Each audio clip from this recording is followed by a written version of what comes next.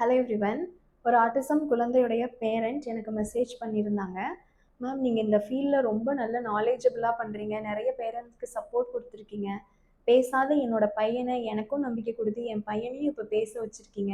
இந்த ஜேர்னியில் இவ்வளோ தூரம் வர்றதுக்கு உங்களுடைய இன்ஸ்பிரேஷன் என்னன்னு என்னை ஒரு கொஷின் கேட்டாங்க. அந்த கொஷின் எனக்கு ரொம்பவே ஹாப்பியாக இருந்தது. பிகாஸ் என்னை நம்பி வந்த ஒருத்தர், அவங்க கண்டிப்பாக அவங்களோட நம்பிக்கையை நான் வீண் பண்ணலை. அவங்களுக்கு ஒரு சாட்டிஸ்ஃபைடான ஒரு அப்ரோச் நான் கொடுத்துருக்கேன்.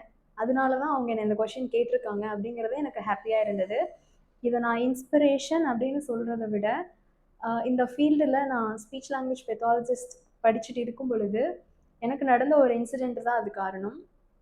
நான் வந்து ஏவிஜே என்ஐஹெச்ஓடைய அலுமினி. நான் ஹைதராபாத்தில் தான் படித்தேன். ஸோ நான் செகண்ட் இயர் படிச்சுட்டு இருக்கும் பொழுது எங்களுக்கு கிளினிக்கல் போஸ்டிங் இருக்குங்க. ஸோ அதில் வந்து பார்த்தீங்கன்னா ஃபஸ்ட் டே ஆஃப் போஸ்டிங்கில் எனக்கு ஒரு ஆட்டிஸ்டிக் குழந்தை தான் வந்து அலாட் பண்ணியிருந்தாங்க.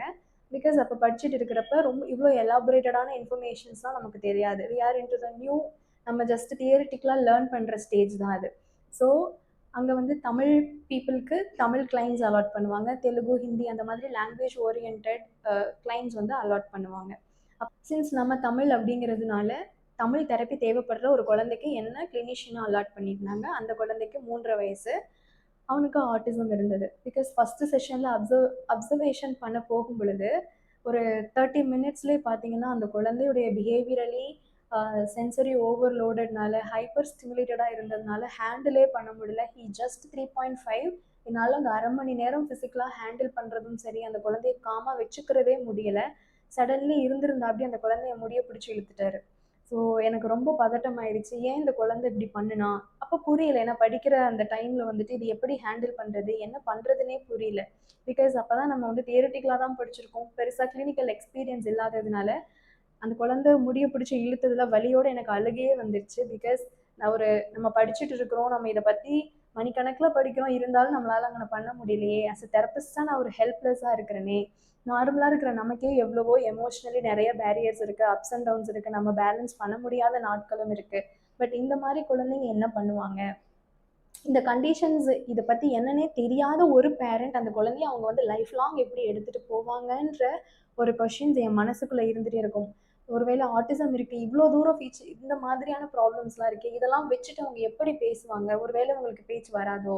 இந்த மாதிரியான கொஷின்ஸ்லாம் என் மனசில் ஓடிட்டே இருந்தது.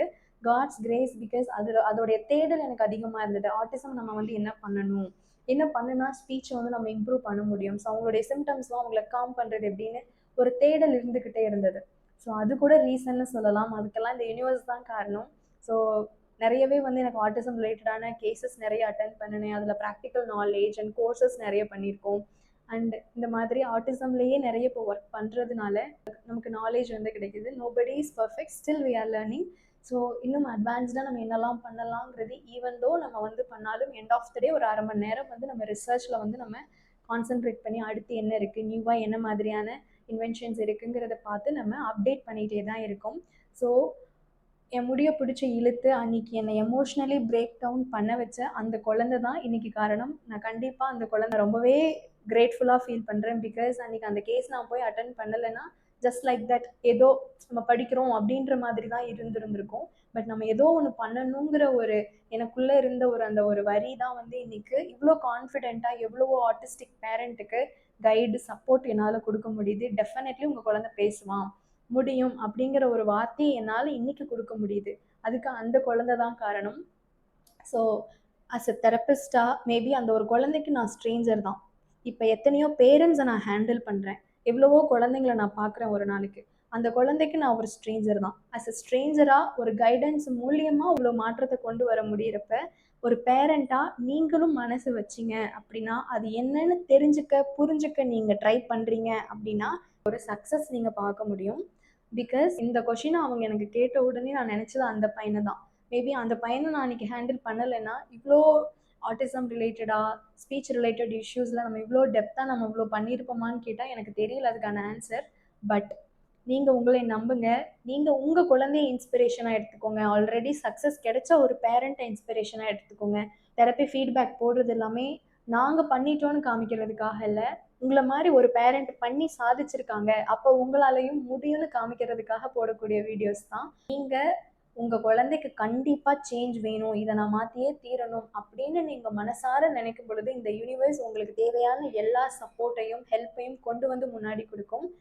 இந்த வீடியோஸ் பார்க்குற எல்லா பேரண்ட்ஸ்க்குமே நான் சொல்கிறது ஒன்று தான், உங்களை நம்புங்க, உங்கள் குழந்தைய நம்புங்க. கண்டிப்பாக இந்த ஸ்பீச் ரிலேட்டட் இஷ்யூஸில் மட்டும் இல்லை, எல்லா விஷயங்களும் ஒரு பாசிட்டிவான கண்ணோட்டத்தில் பார்க்கும் பொழுது முடியாததை கூட நம்மளால் முடிக்க முடியும். ஐ ஹோப் எங்களை நீங்கள் ரொம்பவே சப்போர்ட் பண்ணிட்டு இருக்கீங்க. என்கிட்ட தெரப்பி அட்டன் பண்ணுற எல்லா பேரண்ட்ஸுமே என்னை நம்பி என்னுடைய சப்போர்ட் அண்ட் கைடன்ஸை நம்பி நிறைய விஷயங்கள் நீங்கள் உங்களுடைய லைஃப்லையும் உங்கள் குழந்தையுடைய லைஃப்லையும் நீங்கள் நிறைய பார்த்துட்ருக்கீங்க. ஃபர்ஸ்ட் ஆஃப் ஆல் என்னை ட்ரஸ்ட் பண்ணினதுக்கு ரொம்ப நன்றி.